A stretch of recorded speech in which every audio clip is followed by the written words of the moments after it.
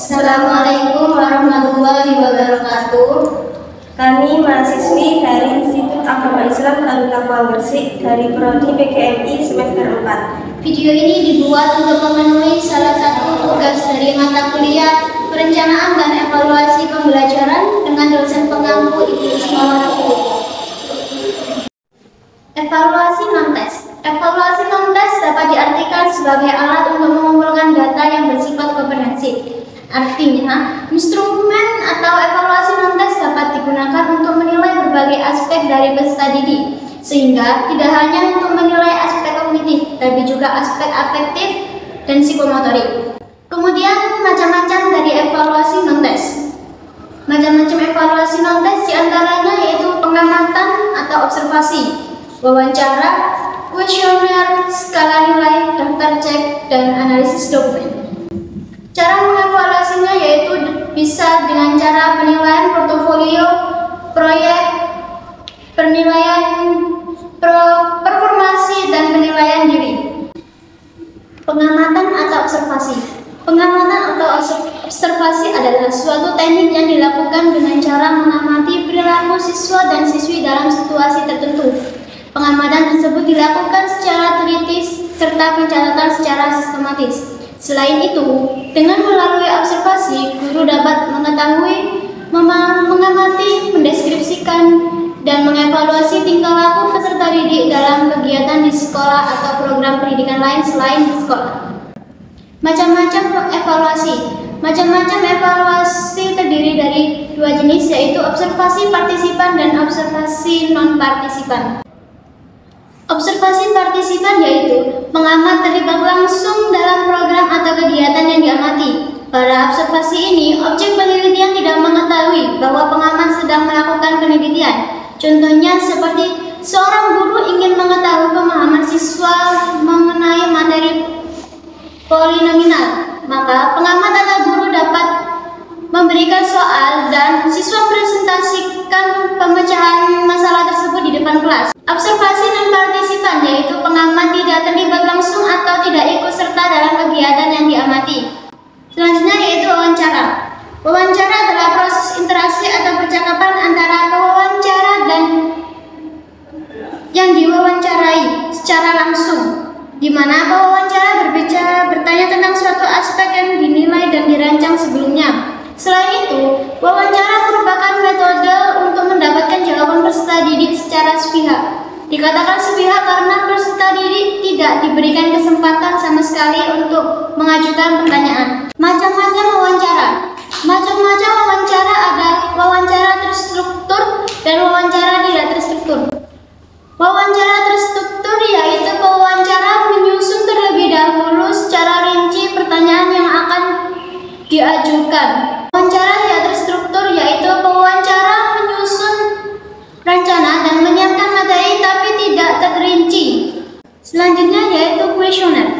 Kuesioner berasal dari bahasa Latin yaitu kuesioner yang berarti suatu rangkaian pertanyaan yang berhubungan dengan objek yang dinilai dengan maksud untuk mendapatkan informasi atau data.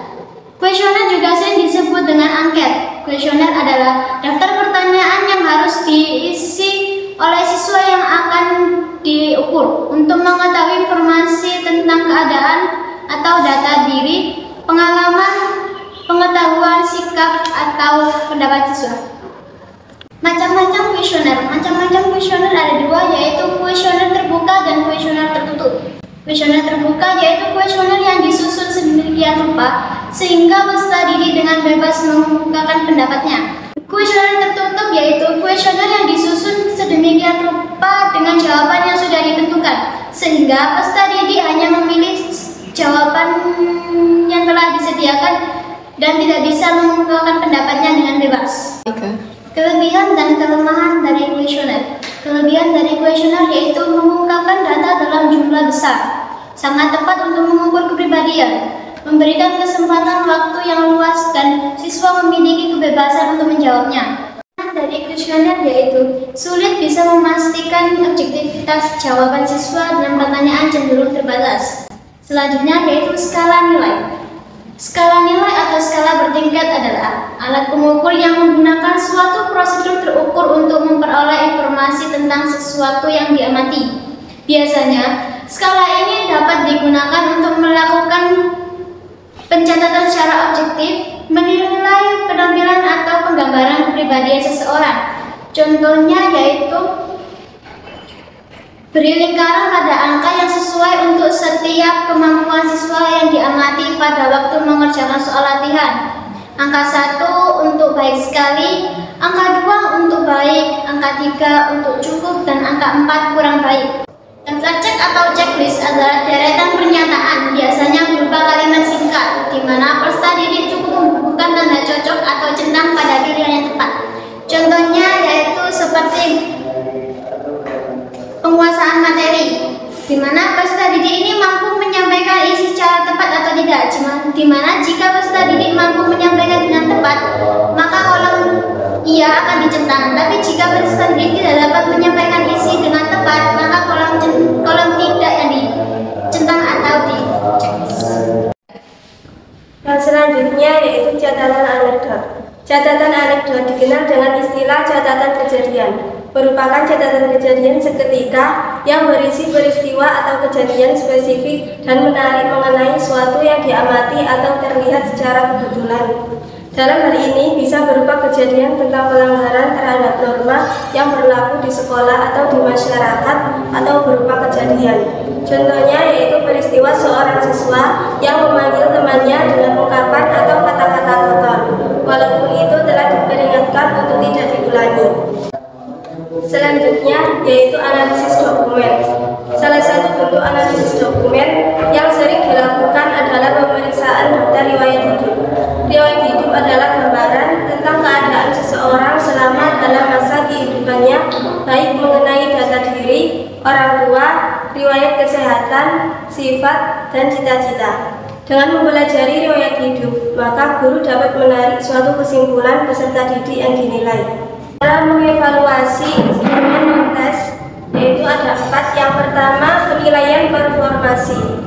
Penilaian performasi adalah proses mengumpulkan informasi melalui pengamatan secara sistematis untuk mengambil keputusan terhadap siswa dan siswi.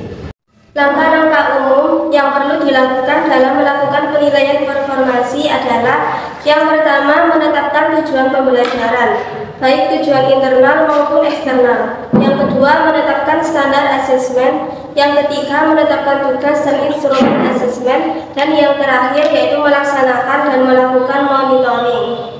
Cara mengevaluasi instrumen non-tes yang kedua yaitu proyek. Proyek adalah suatu tugas yang meminta siswa dan siswi untuk menghasilkan sesuatu oleh dirinya sendiri pada suatu topik yang berhubungan dengan kurikulum dan lebih dari hanya sekedar mereproduksi. Tahapan dalam proyek mencakup 1. Perencanaan, 2. Pengumpulan data, 3. Pengolahan data, dan 4. Penyajian data. Cara mengevaluasi instrumen non-tes yang ketiga yaitu penilaian portofolio. Portofolio adalah kumpulan hasil tugas atau tes atau hasil karya siswa dan siswi yang dikaitkan dengan standar atau kinerja yang telah ditentukan atau dikumpulkan pekerjaan individu secara sistematis. Langkah-langkah yang perlu dilakukan dalam melaksanakan portofolio assessment adalah: yang pertama, menetapkan tujuan portofolio, yang kedua, menetapkan prosedur pengembangan penyusun portofolio, pembimbing, termasuk sumber bahan dan kriteria. Yang ketiga, melakukan tugas dan menyusun portofolio. Yang keempat, merangkum dan melaporkan. Dan yang kelima, mengadakan evaluasi. Cara mengevaluasi instrumen non-tes yang terakhir yaitu penilaian diri. Penilaian diri merupakan salah satu teknik pengumpulan data dalam evaluasi pendidikan yang telah mengungkap pendapat siswa tentang dirinya sehubungan dengan materi yang telah disampaikan oleh guru. Proses pengumpulan